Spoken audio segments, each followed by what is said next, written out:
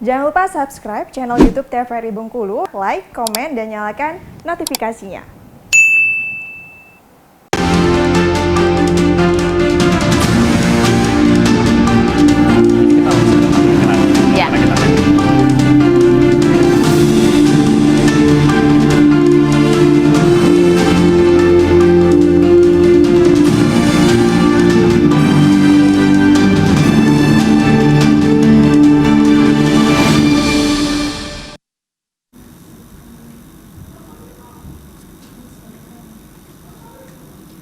Baik pemirsa TVRI Bengkulu, Anda kembali menyaksikan program acara Berendo, dan pada kali ini kita masih membahas tema yang sama berkaitan dengan waspada kampanye terselubung di bulan suci Ramadan.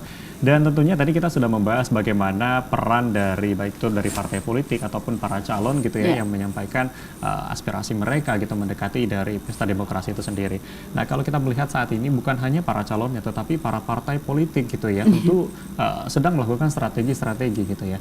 Dan untuk calon itu sendiri, partai politik pasti sudah menentukan bagaimana calon yang akan mereka usung gitu ya. Dan tentunya kalau tadi kita berbicara soal para calon yang mungkin bisa bersilaturahmi di bulan suci Ramadan, nah bagaimana strategi dari partai politik saat ini mungkin melihat tahapan dan persiapan saat ini, Bu Lisa? Ya, saya pikir partai politik merupakan wadah ya yang bisa melihat atau meneropong kandidat-kandidat politik yang akan mereka usungkan. Nah, saat ini selagi belum launch masa kampanye resmi, tentunya mereka sudah punya target-target ya, siapa yang akan dicalonkan untuk kontestasi politik di 2024. Nah, untuk menentukan target-target ini kan mereka harus melihat track record si calon. Kemudian juga mereka harus mempromosikan juga, tapi mempromosikan ini dalam konteks bukan membawa atribut politik ya. Bisa jadi calon-calon ini juga belum bergabung dengan partai politik tertentu, artinya dia masih mencari ya di mana wadah yang tepat untuk dia.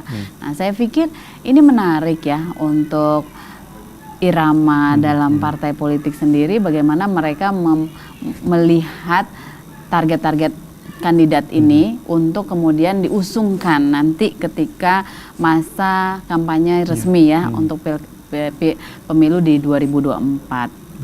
Nah, tentunya mereka harus punya strategi bagaimana agar tidak dianggap sebagai kampanye ya dalam tanda kutip ya.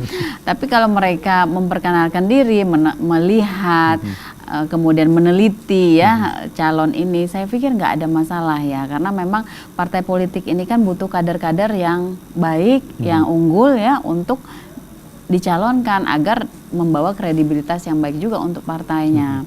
Nah, artinya strategi mereka itu harus mengacu kepada siapa dan bagaimana respon masyarakat. Untuk mengetahui bagaimana respon masyarakat terhadap si calon yang akan diusung, artinya perlu ada komunikasi, iya kan?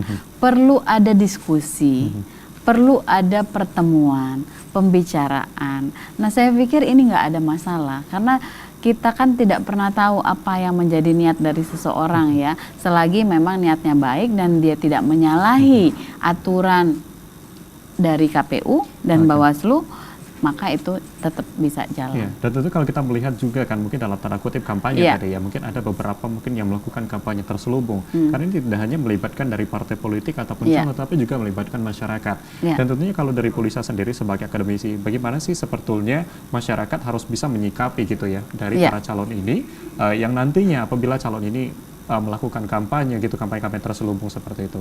Saya pikir masyarakat kita sudah semakin cerdas ya, melihat sisi-sisi atau bagaimana maksud dan tujuan dari para calon atau dari partai politik yang akan mengusung salah satu kandidatnya.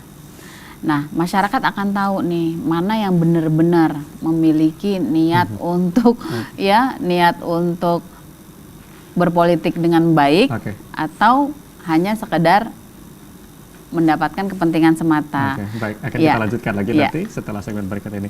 Baik pemirsa TVRI Bengkulu, masih dalam pembahasan yang sama terkait dengan waspada kampanye terselubung di bulan suci Ramadan. Jangan kemana-mana, kami akan kembali tetap di program acara Berendo.